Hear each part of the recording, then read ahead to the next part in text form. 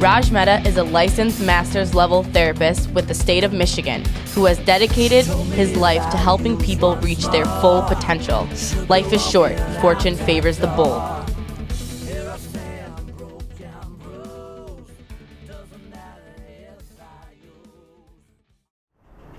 Welcome to Ask the Therapist. My name is Raj Mehta. I'm a therapist at Serenity Therapy Center. We're going to do our first presentation today called Flowchart into Opiate Addiction. I meet with many families and people that have opiate addiction and heroin addiction. They want to figure out, how did this happen? And the truth is that it doesn't happen in just one day. It's a progression. It takes place over time. In the old days, in the 70s and 80s, a person that got into heroin addiction was a person oftentimes in a marginalized community from a dysfunctional family. And so what happens in those circumstances, a person begins to abuse maybe alcohol or marijuana, and then goes right into heroin usage. That is not how it happens today. Today's addicts have their addiction occurring, especially into heroin, by a progression. And the progression occurs from opiate drugs in the very beginning that are being prescribed. When a person abuses drugs called the gateway drugs, those drugs are the first introduction in changing how you can feel. And euphoric recall takes place. The first time a person smokes marijuana, the first time they smoke and use tobacco, the first time they drink alcohol, they recognize something very important and powerful. I can change how I feel in a matter of seconds or minutes. And so with the case of cigarettes, you can change how you feel in about 7 seconds. We got a little 13-year-old kid having his first cigarette. As he inhales, as the nicotine goes into his lungs, he recognizes something very interesting. I feel goofy. I feel this change in my heart rate. I change how I feel. Other person uses marijuana for the first time, recognizes something very important. If I'm having a bad day at school, I can change how I feel in about 20 seconds. And the same with alcohol. The problem with cigarettes is they're a very effective gateway drug into addiction. They are a training ground. When a person begins to use cigarettes, they recognize something very important. I gotta smoke cigarettes or I feel uncomfortable. That's called withdrawal. Another case is that when they begin to smoke cigarettes in the beginning, 1 or 2 could be enough. But as they smoke, the progression of the disease kicks in, and now they have a tolerance. Now I gotta smoke 5 a day. Now I gotta smoke 10 a day. And that's how it gets worse. The first introduction to opiate drugs is oftentimes codeine cough syrup. Every household probably has a bottle sitting in the medicine cabinet, and that's how a person has their first introduction.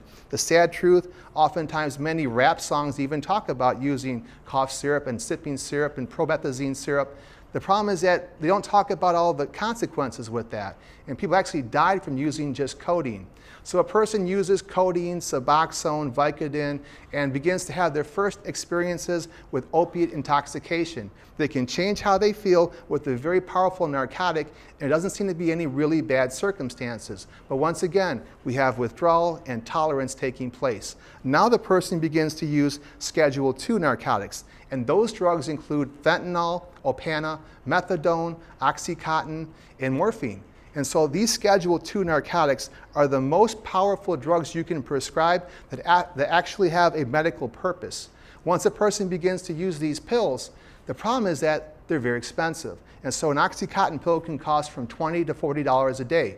If I'm using 3 pills a day, that's $120. And for most young people, that's a pretty expensive daily habit to have. So this is how the progression kicks in. The next step is going to be heroin, because sadly, heroin is only $10 a pack.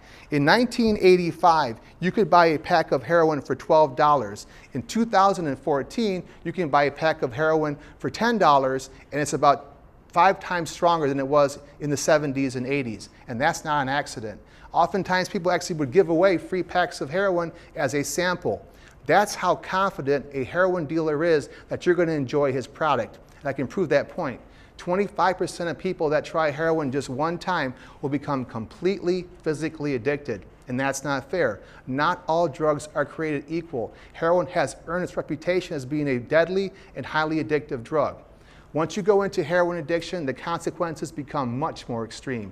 Now we have jail, we have institutions, we have death. You look at the flow chart, you can see that the options are, once you're hooked on heroin, prison, lifelong addiction, death, disablement, or possibly recovery. And so we talk about looking at America from this new perspective, like how did all these prescription pills become available in our country? And the truth is that in 1997, America changed the rules. They changed the game. You could now actually prescribe drugs could be available on TV and advertising. In the old days, you could not advertise any prescription drugs on television. Only one other country allows that, and that's New Zealand. And so now we have all these prescription drugs being advertised, and we see a change in prescribing patterns. America is only 5% of the world's population, and we consume 99% of the world's Vicodin. We're 5% of the world's population, we consume 80% of the world's Oxycontin. Here's the truth.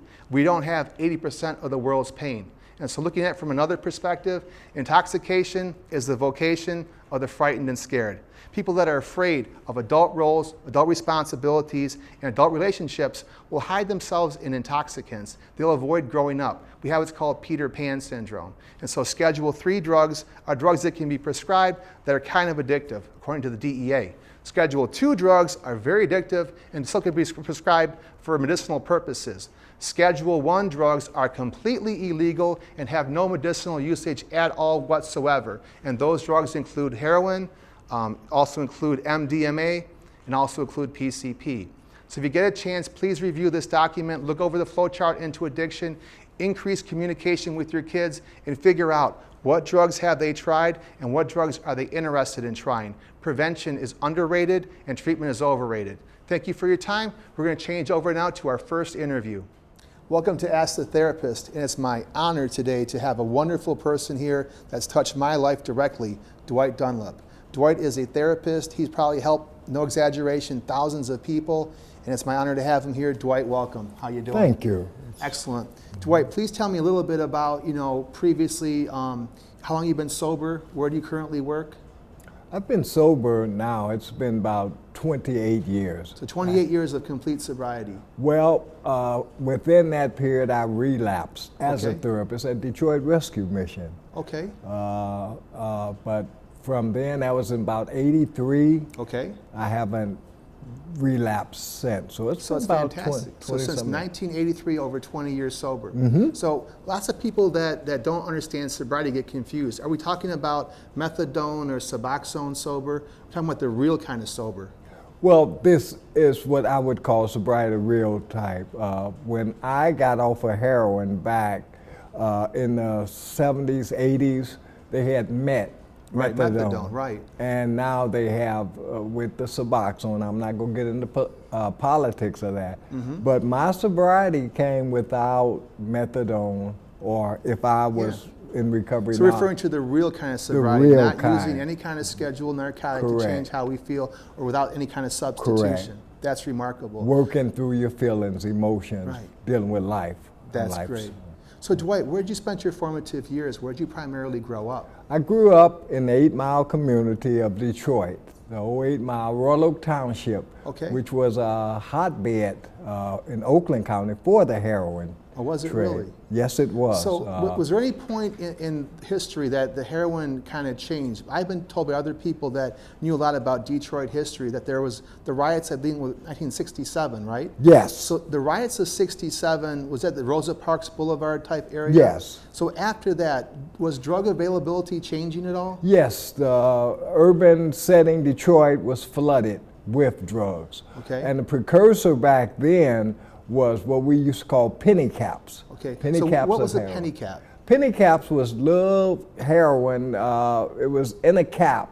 You could get it for 50 cents, $1. You're kidding me. It was like an introduction, like crack was to cocaine. That makes sense. And what would happen, we would have these parties and stuff, and you'd get caps, your friends' peer pressure, and you would snort it. Okay. And once you snorted, then you became addicted and you started into the progression, the mixed jive, the skag.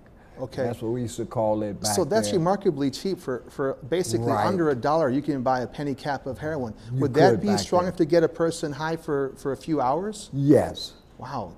That's and remarkable. it was a snare. They had, even in Detroit, on Woodward, I can recollect, you could drive in, like soul food places. Okay. And you could drive in, you could get neck bones, beans, and a cap of heroin. You're It was kidding me. just that popular. They had drive-through efficiency with that. It had fragmented the community. Detroit was a setting back in the 60s, 70s, where it bypassed Right. New York, Chicago. Right. You could get anything you wanted in Detroit in regard to opium and heroin. And so that just, it flooded the whole community. So how did that begin to affect your friends and family, this hyper availability of heroin in the community? Well, it caused a lot of, as I said, fragmentation. Most of the men my age, I'm 66 now, Okay. hooked on heroin, you were not there for your wife. Wow. So there you had the single parent family. The males, the mother spoiled the males, you know, because she couldn't be a father. Right. The father was nodding on Right. dope and stuff. So that caused a lot of dissension in the community. Right, because the fathers are emotionally unavailable. That's And true. that's the best Yeah. case scenario, and probably not even physically available if Yeah. they're being incarcerated or if Yes. they're addicted. And so mom has to wear two roles. Two She has to roles. wear the hat of the father, Right. and also earning and making the money and paying the Right. rent, and on top of that also being a mother at the same time.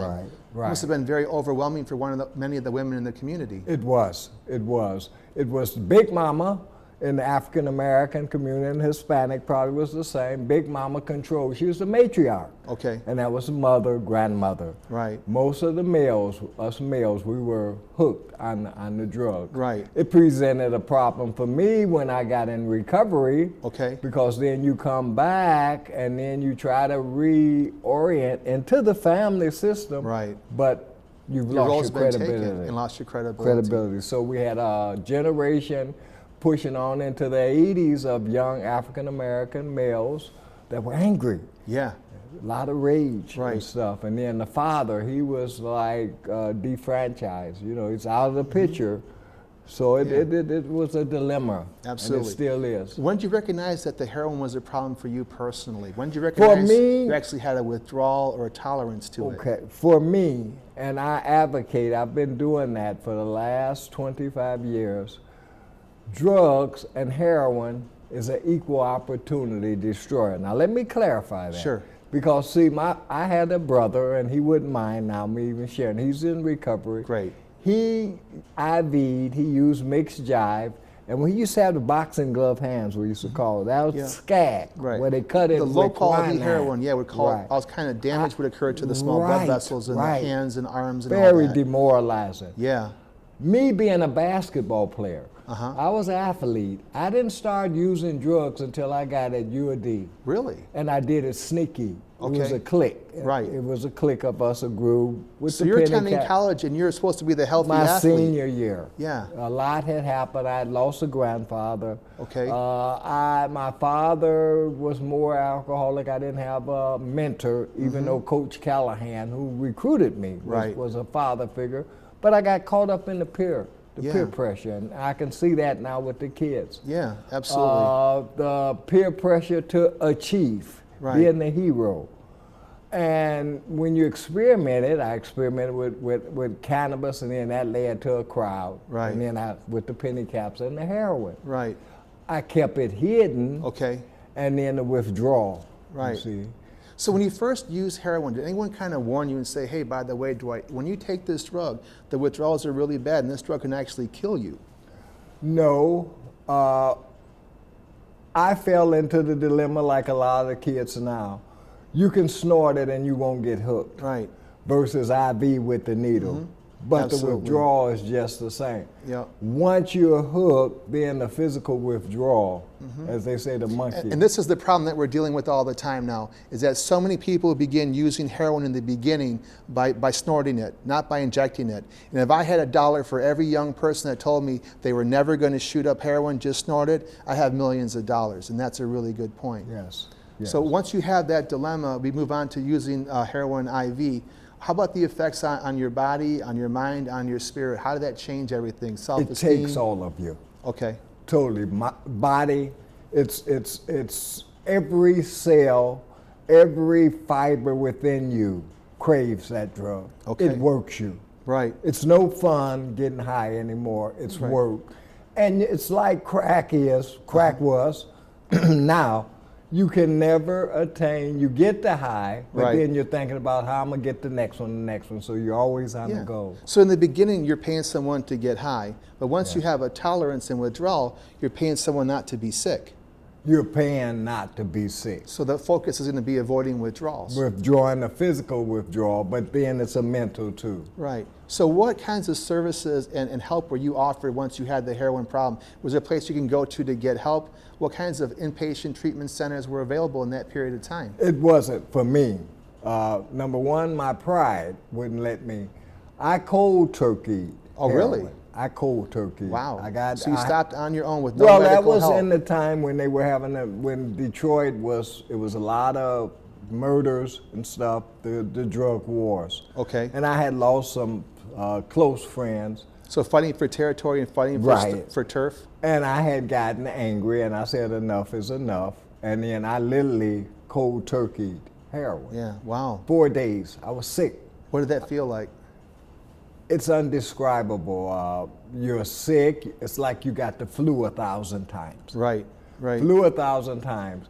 But if you don't have any co-occurring disorders, such as heart, you can come out. Right. You come out. Yeah, that's still very tough. We talk about withdrawals and addiction. And so if a person's hooked on heroin or Vicodin or Oxycontin, if they run out of that drug, they're going to wish they were dead, but they're not going to die. People that abuse Xanax and Valium and drink alcohol every day, when they go through withdrawals, they can actually have a seizure and die. And so those withdrawals can be lethal. Yes. And one other point I would like to make in regard to heroin, I cold turkey and I thought that was it. Right. But see, it's what we call secondary withdrawal. It's the ritual. Right. That was the hardest. The part. lifestyle, the ritual, and the that's post-acute where- withdrawal symptoms as well. Right, right. That's what we advocate, and especially with our young population now. Heroin fragments the family, the community, everybody involved with that person.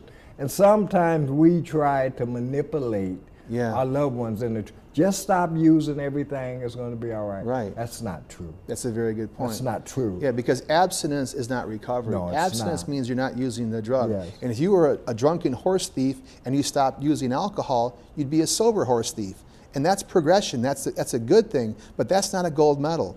Recovery is an active change in attitudes, ideas, and behaviors. The change is global, and the change is also a spiritual change as well. Yes. So how do you eventually get sober from alcohol and heroin? Through self-help. Okay. Did you attend NA and AA meetings? I went through NA. NA helped me, and AA.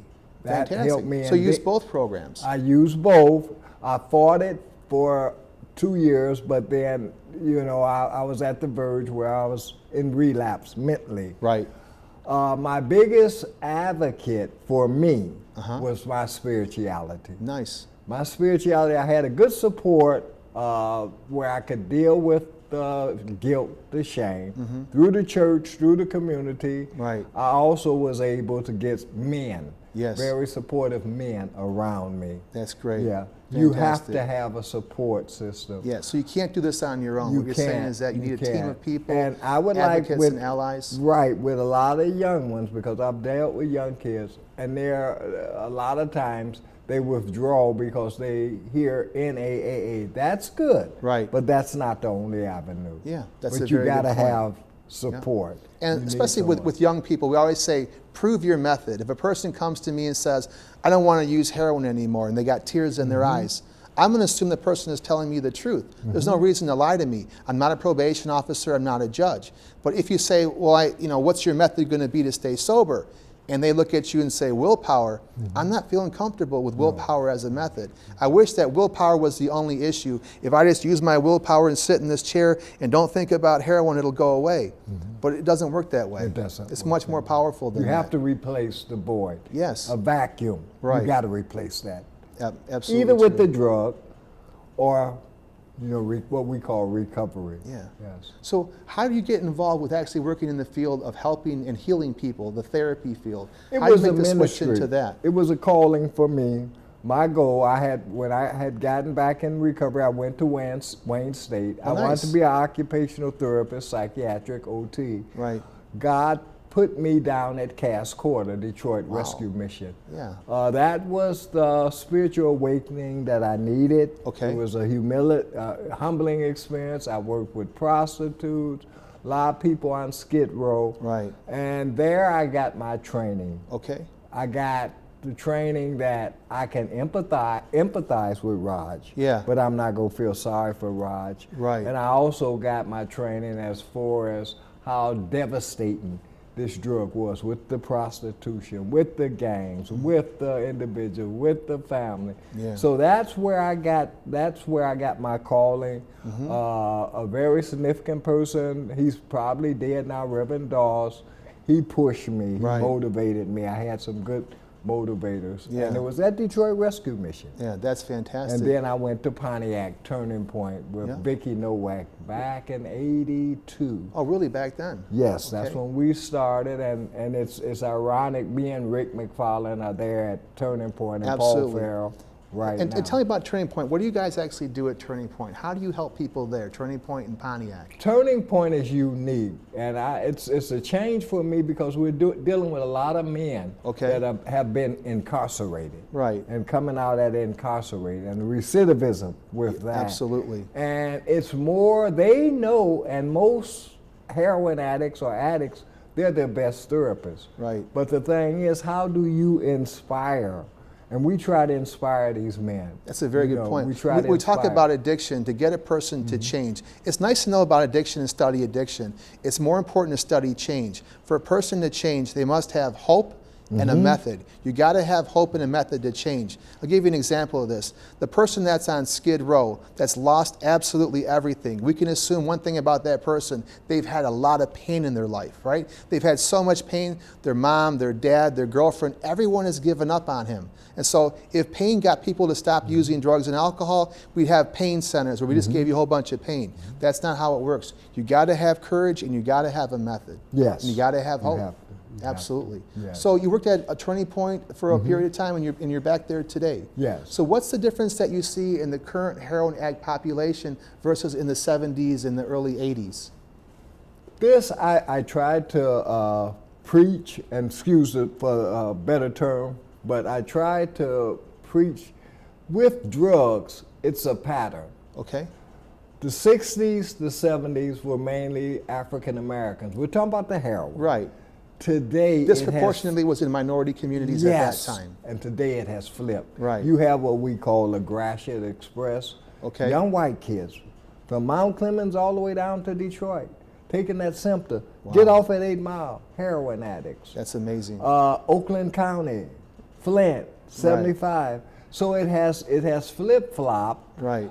The young Caucasian whites. Okay, so more a suburbanite population. Yes, why? Because they had the money. Right, that's true. And then you have the technology with the rap, and I'm not down in the rap media and stuff, but all that. It promotes the culture, though. It's the culture. We talk about, I think in the old days, in the 70s and 80s, were prescription drugs like Oxycontin and Opana and fentanyl and morphine, were those pills actually available in the inner city back those days? Were they kind of rare? They were rare. That's what I thought. Yes. So the person that got into heroin addiction was not going to be using pain pills first. No, not like now. And the pain pills are like what the penny capsule was. Absolutely. That's the introduction, then, right? So, and so now, I understand why a person in the inner city will sell drugs to have a better lifestyle. I'm not saying it's right, but I understand that if you eat government cheese, have a bad place to live, I can understand the motivation to sell drugs to get a better lifestyle.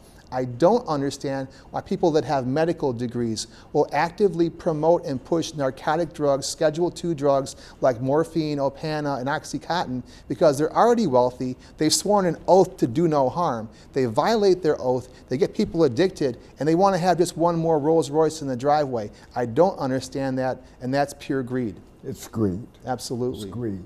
So how do we help these people that are dealing with heroin addiction now? What are some of the methods that we can do to get somebody motivated to stop? Because some of the young people that I meet with will tell me this is going to be my lot in life. I'm never going to get off this stuff. This is what I am. I'm a heroin addict. This is what I'm always going to be.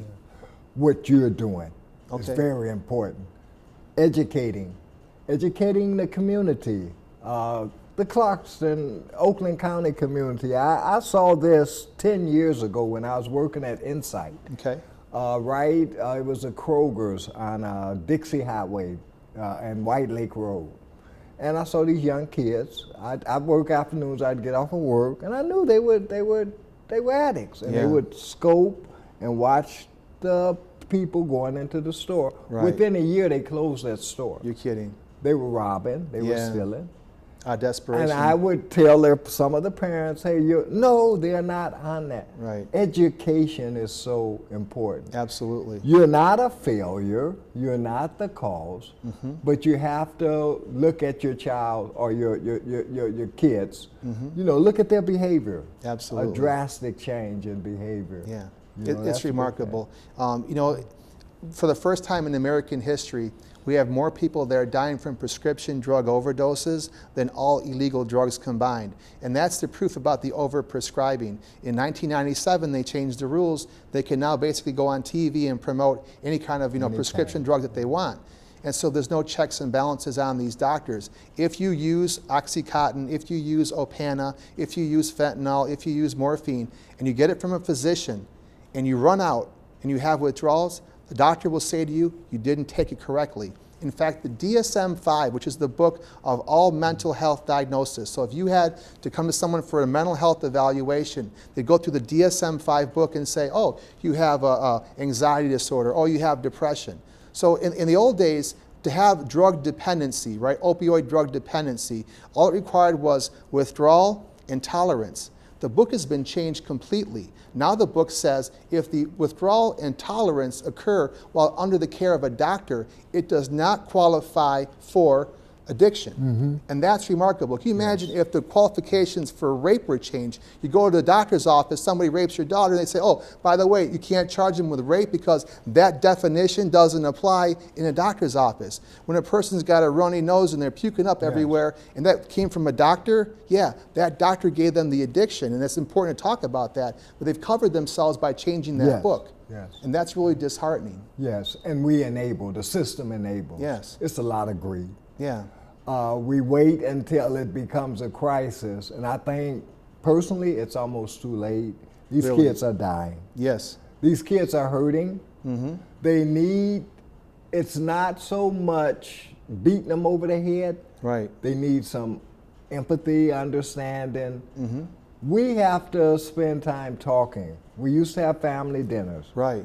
I gotta work, you gotta work. We know Right. the cost of living. So it's like a vicious cycle. Absolutely. But it comes to a point where we have to say enough is enough.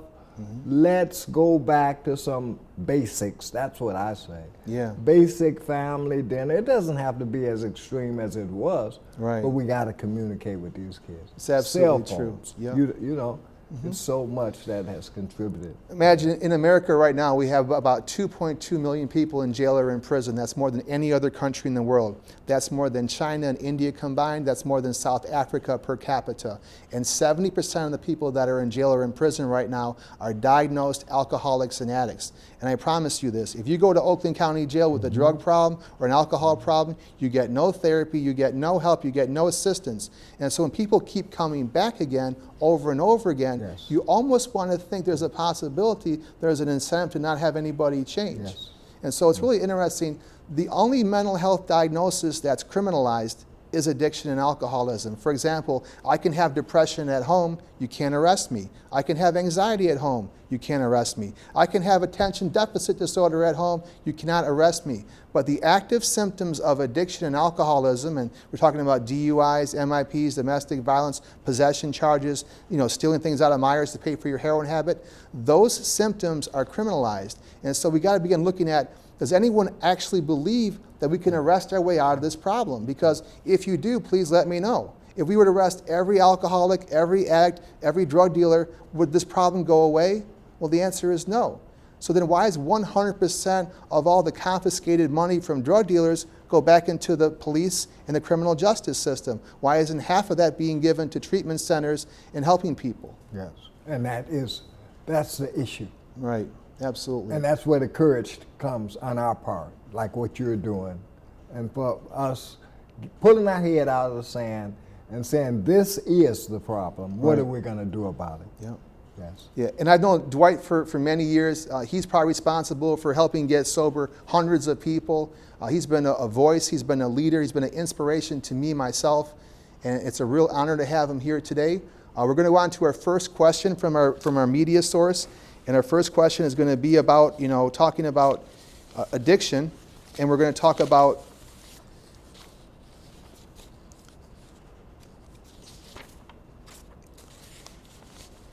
So Dwight, in your opinion, people are faced with access to all kinds of illegal drugs, and lots of young people are prone to peer pressure.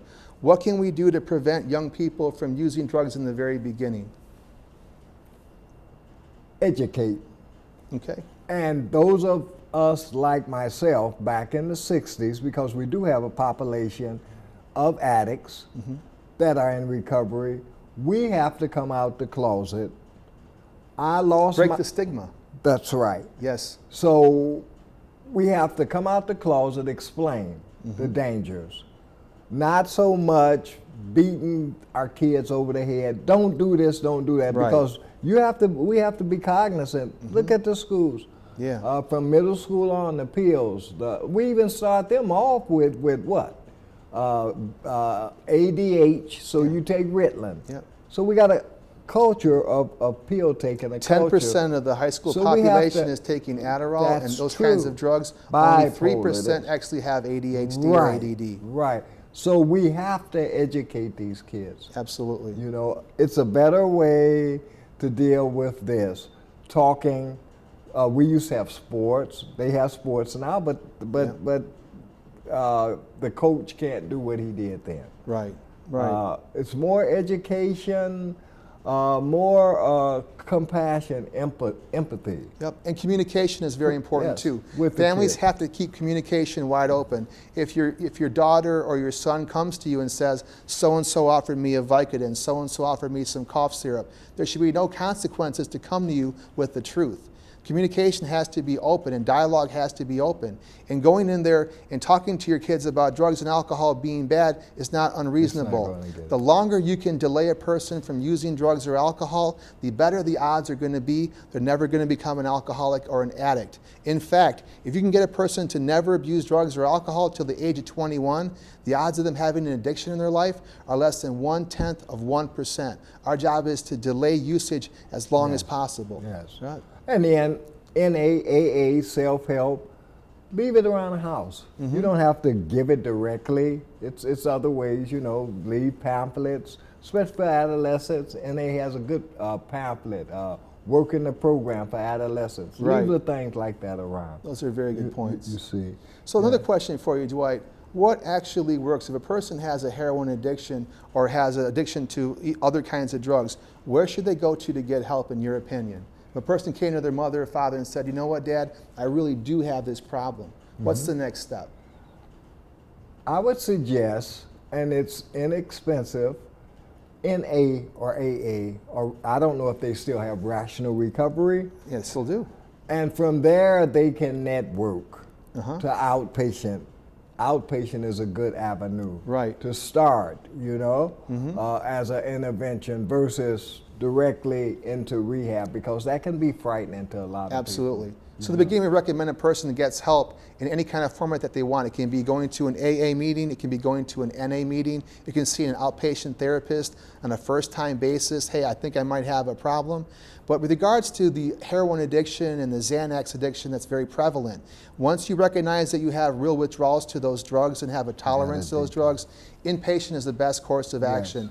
When a person is actively shooting heroin, you can't come to me and say, I got really high self-esteem and high self-confidence, I'm going to stop this on my own. That's incredibly rare. And so you got to go inpatient to get help. Yes. And Raj, that's where your specialty, and that's what I was saying, outpatient. If you have a loved one, a son or a daughter, then an intervention specialist. Right.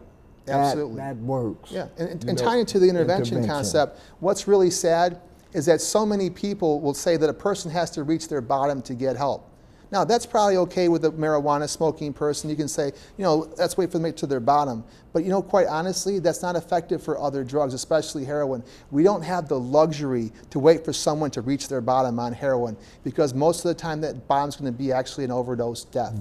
And so when you have a person that says, well, they're not ready to get sober, I got to be honest, every person that I see for an intervention, the first thing they say, I'm not stopping using and I'm not going to rehab. wow, that person's not ready to get clean. So if that was the method, if you had to say, okay, now you got to go back home until you decide that you've had enough, we don't have that luxury. So our job, when a person is abusing drugs or alcohol, our job is to make their using as miserable as possible and their ability to stay sober as easy as possible. That's how we shift their behavior. That's how we create the change.